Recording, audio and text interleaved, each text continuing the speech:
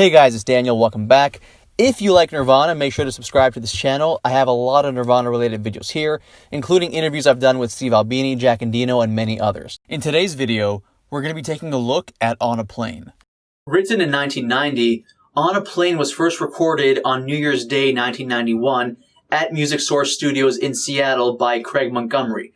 Craig Montgomery was the sound engineer for Nirvana from parts of 1989 until parts of 1993. Now, this version officially remains unreleased, even though there are bootlegs of it available online. The version of On a Plane, which appears on Nevermind, was recorded in May of 1991 by Butch Vig in Los Angeles in Sound City Studios. On a Plane is the 11th track on Nevermind, and I personally think that's a very interesting place to put that track on that album.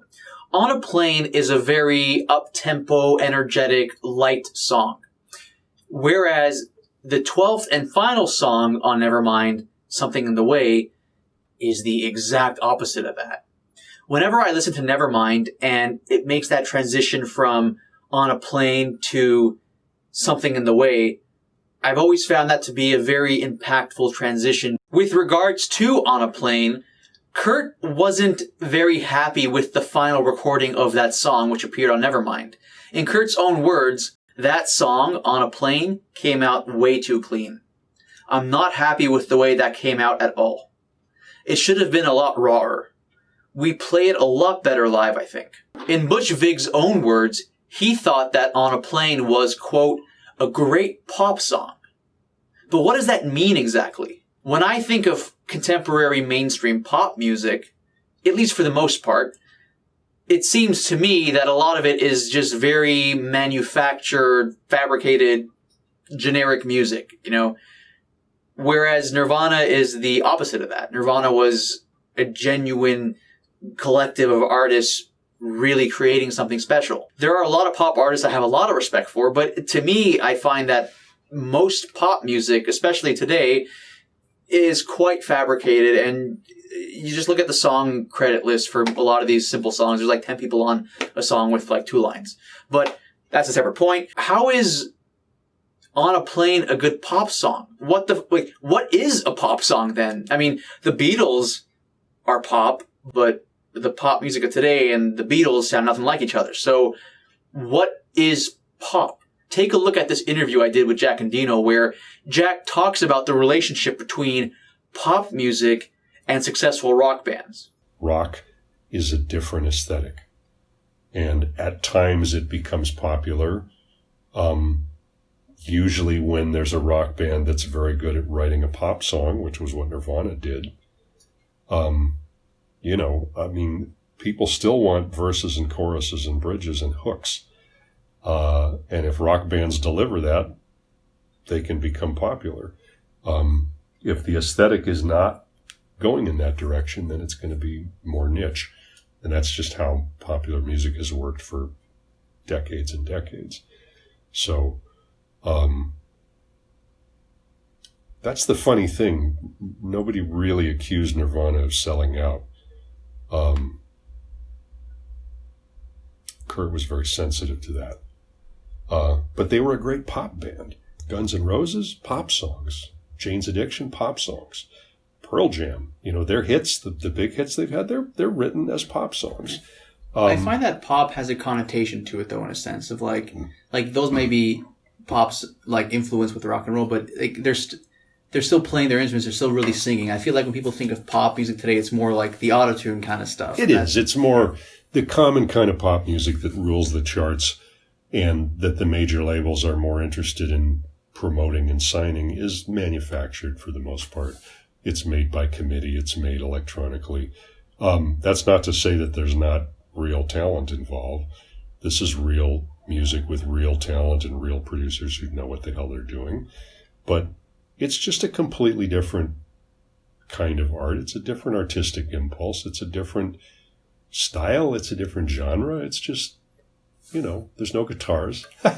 There's no real drums. It's not so much focused on a live performing unit. It's not focused on bands, and a band is really one small part of the music world. The whole thing with rock is focused on bands and live performers playing real instruments. And that's a niche at this point. It's a big niche, and it's never going to go away as long as people want to play those instruments and scream and yell. But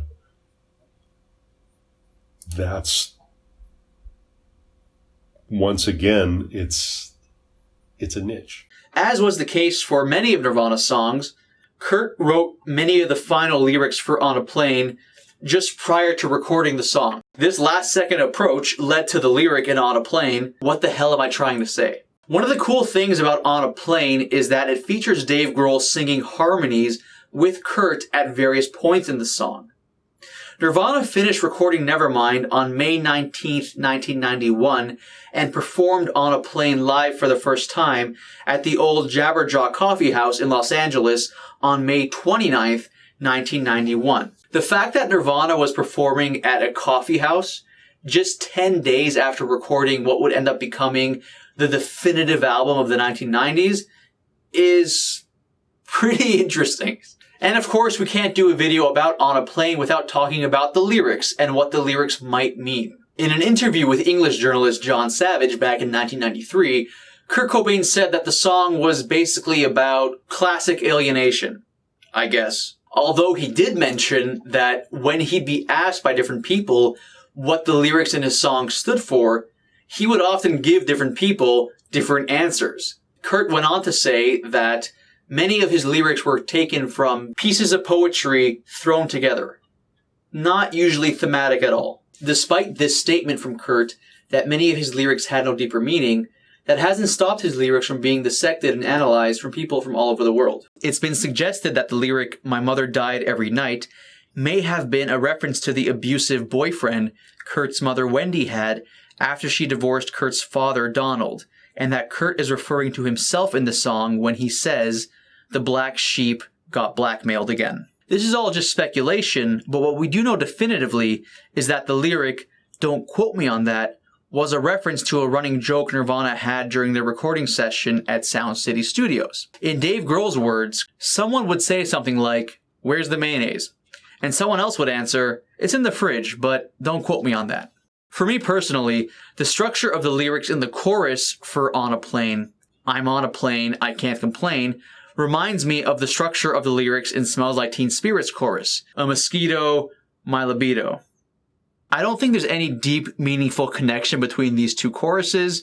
I just think it's a possibility that this is indicative of how Kurt likes to structure some of his lyrics. The lyric, "One more special message to go," was a reference to On a Plane being the last song for Nevermind that Kurt needed to finish lyrics for. As a whole, On a Plane itself is often regarded as a song about writing a song. Although On a Plane was not released as a single for Nevermind,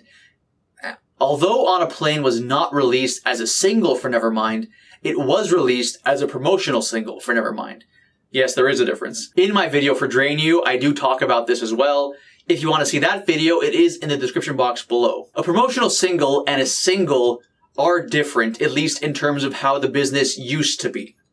Pre-internet, a single often meant a pile of songs. Not a pile, but it's like 2 or 3, maybe 4 songs. You have an A-side and a B-side, whereas a promotional single is just the song. In today's marketplace, a single denotes one song usually, whereas back then, a single meant 2 or more songs. So therefore, On a Plane being released as a promotional single did not count as it being released as a single.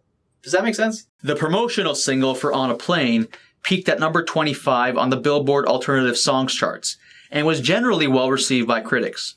In Rolling Stone magazine's 2015 ranking of 102 Nirvana songs, for example, On a Plane was listed at number 26. And in 2017, in honor of Kurt's 50th birthday, a list of the top 20 most played Nirvana songs in the UK was released, with On a Plane ranking at number 10. To date, there are 4 known studio recordings of On a Plane, all of them recorded at different points in the first half of 1991. the version which appears on Nevermind, recorded by Butch Vig in May 1991, the demo version recorded at Music Source Studios by Craig Montgomery in January 1991, and 2 recordings from a barn in Tacoma that Nirvana had rented. Yes, you heard that right.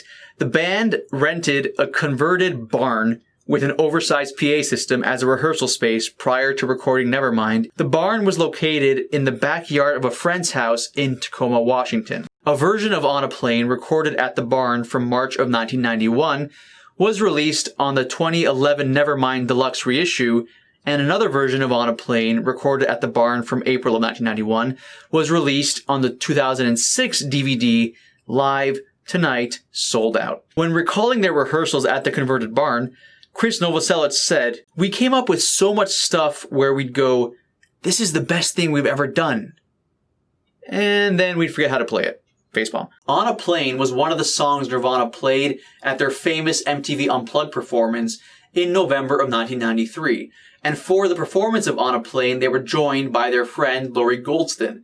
Lori Goldston is a cellist, and she had toured with Nirvana in parts of 93 and 94. A cello, of course, is not the typical instrument you'd hear in a rock band, but honestly, I like it sometimes when you see rock bands experimenting with musicians and with instruments you typically wouldn't expect to be involved with rock and roll music. Are there any instruments in particular that you like which are not used in rock songs but you feel that they should be? For example, I'm Armenian, and the Armenian duduk is one of the most beautiful instruments in the world, in my opinion. And I think it would be really cool if you could see sometimes rock and roll bands incorporating these, exotic instruments into their music every now and then. It would really spice things up, I think, in my opinion. If you like rock and roll and you like Nirvana, please make sure to subscribe. I have a lot of Nirvana videos here, and there's a lot more to come. Thank you for watching.